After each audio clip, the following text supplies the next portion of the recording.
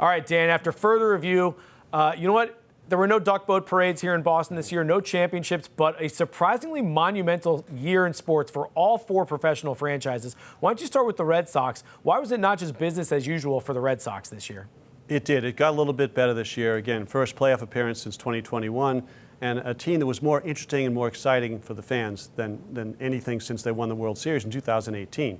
So they came in kind of flat spring training. It got better right away. They traded for Garrett Crochet, gave up 4 minor leaguers, got a guy who finished second for Cy Young.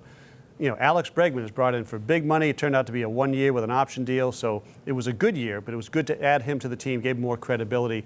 And then Aroldis Chapman, this closer they bring in for 1 year, he had a career year, and this is a guy who's probably going to the Hall of Fame as a closer. So those things were good during the season.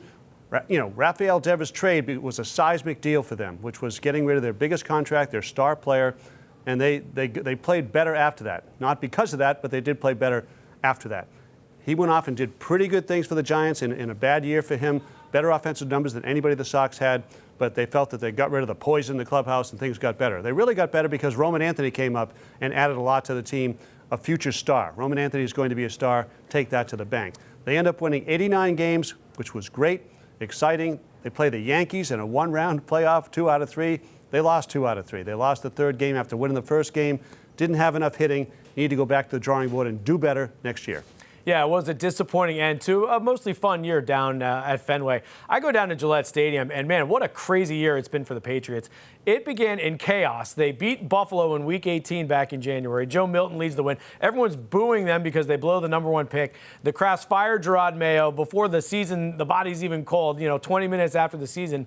And I have to give the Crafts a lot of credit. Every move they've made since then has turned to gold. They hired Mike Vrabel and Josh McDaniels, total home runs. And the Patriots, they're back, man. They are a return to relevance this year. Drake May is a superstar in his second year. The Patriots had a 10-game win streak. They are battling for the #1 seed. They're potentially winning the AFC East. Just a monumental year for the Patriots. They're back. No one expected it coming off of 2 4-13 seasons. Has to be one of the biggest surprises in sports.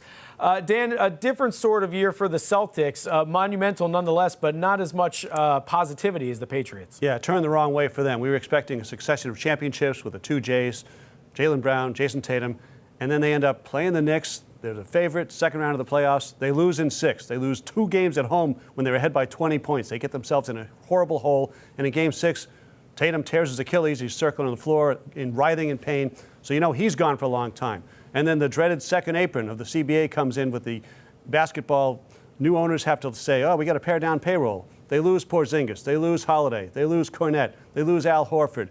Tatum's gone with the injury. So it's a rebuild. It's a gap year. They're surprisingly better than we thought. They're third in the conference as we head into the new year. But it turned in a bad way for the succession of championships we were expecting.